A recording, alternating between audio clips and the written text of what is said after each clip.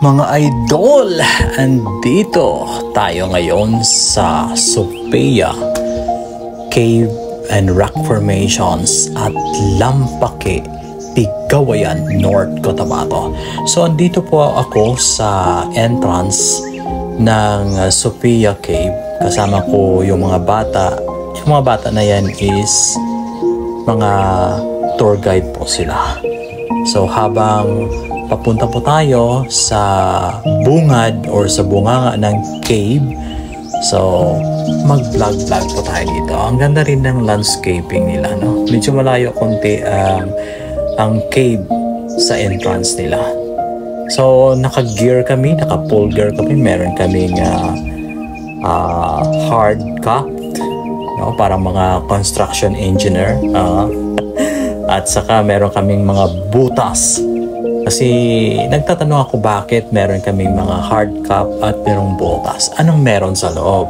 So, nauna na si Kuya Ken at si Kuya AJ at yung tour guide namin na adult. So, ang ganda ng ambience ng bundok papunta doon sa ilalim. So, kung merong entrance, meron siyang exit syempre. So habang papalapit na po tayo dito sa bungad ng kuwebang ito, so nakita po natin itong mga rock formations. Itong mga rock formations is by nature. Hindi po siyang pinagawa, kundi by nature talaga siya. So pinauna muna yung mga bata na mag-guide kasi meron silang ilaw, meron silang solar light bago tayo pasok sa kuweba. So ito yung adult, yung tatay nila.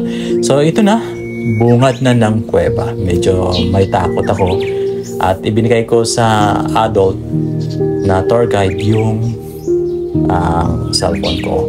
So kung nakikita nyo po guys, so yan po, pagpasok nyo pa lang nakita nyo ang pinakamaraming quacknet. Yung tinatawag nila na bat in English. At saka madaming sa wall ng kuweba, madaming cockroach, yung mga malalaking mga tanga kung sa amin. So yon, nakabutas kami kasi itong area na to meron siyang yung mga dumi ng bat.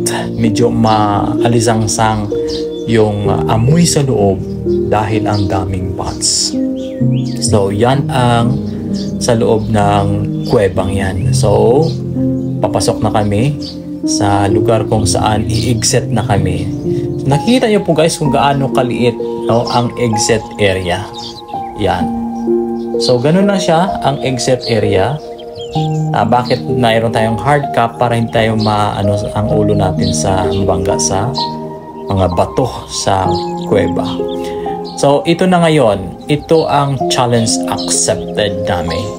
Itong umakyat sa 35 steps na materik na stairs sa loob ng kuweba. So, di ba, ang hirap po. Parang isang tao lang ang magkasya dito sa butas na to pa-exit. Ang exit niya guys is paakyat, hindi siya yung sa ilalim. Paakyat ang exit nito. So 35 steps ang aakyatin namin bago kami makalabas dito sa Sophia Cave. So yan. So merong kaba at takot kasi hindi mo alam kung ano yung nasa loob ng kuweba. O tingnan nyo po guys, no, ang taas ng exit na yan. So yung si Ken medyo malaki konti. So parang hindi siya magkasya dito sa o tingnan mo yung likuran mo, hindi ka naman matatakot na mahulog kasi naghawak ka sa stairs. Then tapos ang likod mo nakasandal din sa bato ng kuweba. So medyo may katagalan kasi medyo madulas yung daanan. O diba? Nakikita nyo po guys kung ano ang challenge na i-accept namin bago kami pumasok sa kuwebang yan. So, palabas na po kami, maya-maya, konti. So, yan na. Nakaakyat na po kami. Andyan pa sa ilalim yung tour guide kasi siyang nagdala na cellphone ko. So, hayan, successfully na nakaahon din sa 35 steps. So, dito sa labas, makikita mo, merong I'm survive. Survive namin yung challenge na inaccept namin papasok dyan sa kuwebang yan.